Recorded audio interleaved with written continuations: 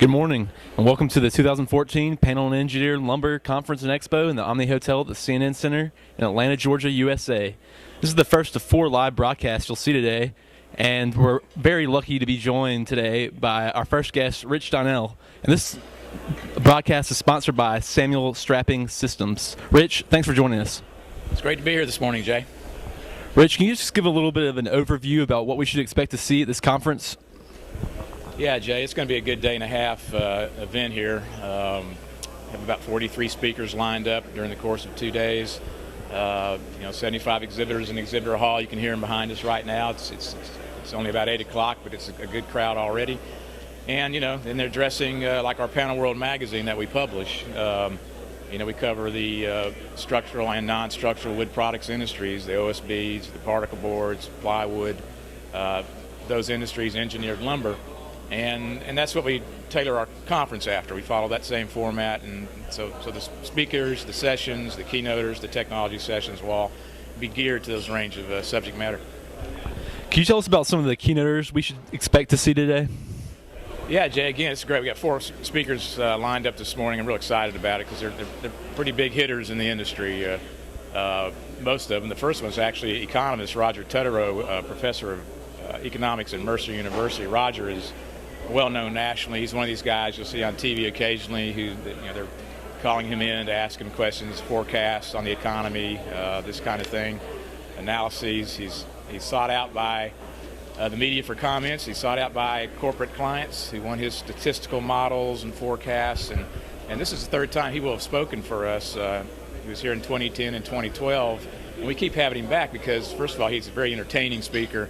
And second of all, he's accurate. His forecasts are good. And he's followed this morning by Joe Andrews, getting into the industry, a longtime softwood plywood guy from the Northwest. He's current general manager at Richmond Plywood in British Columbia.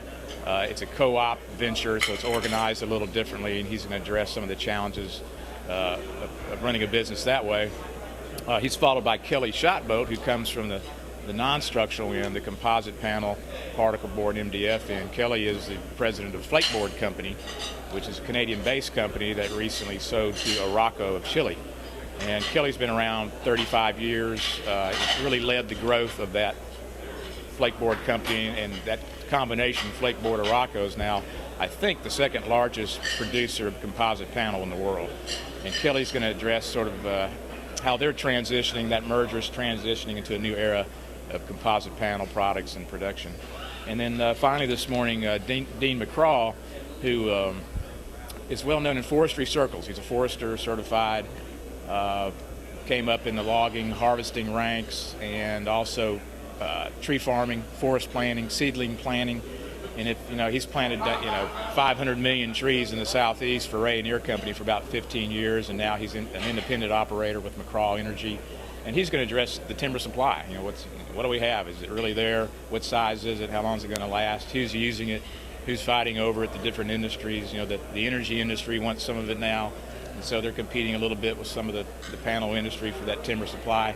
And Dean's going to address that. He'll tell it like it is, and people don't necessarily always like to hear what he says, but he goes by his data, and it's pretty authoritative. So this morning's keynoters, just 4 great points of view, and I think people are going to really enjoy it.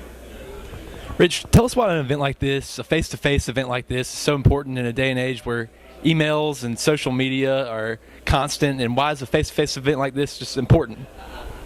Yeah, Jay, it is. Like I said, this is the 4th time we've done this, and obviously and this is every other year, so just in this 8 years, it's been, the social media has just taken, come on, light years. And like you say, everybody uses it back and forth, going to websites, Twitter, Facebook. Do you really need to get out here face to face and talk to each other and shake hands? Well, you do. And particularly this industry, the forest products industry, it's a traditional industry. It's been around a long time. There's a lot of family operation tradition involved in this industry, grandfathers to dads to sons, and even the younger guys like yourself. They grew up meeting people face to face, handshakes, not necessarily having to write out a contract every time, but shaking hands over it and it meaning something. There's still a lot of that element in our industry, and so I think this industry particularly appreciates The exhibitors appreciate seeing the mill guys walking around, meeting them. Even if they've been to their mill 2 months ago, it's nice to see them in more of a little flexible environment. Everybody's a little looser, walking around, kind of easygoing conversation. But then business is conducted as well, And I was talking to an exhibitor before this began today, and he had already seen a client that he had not seen in a couple of months, or hadn't been able to get in touch with. And he saw him, grabbed him aside, and now they're having lunch and having long conversation. You can't beat that, You can try to get in touch with each other for a year over email and that way, but you come here, you see the people, and you sit down with them. All right, Rich, thanks for joining us today. All right, Jay, thank you.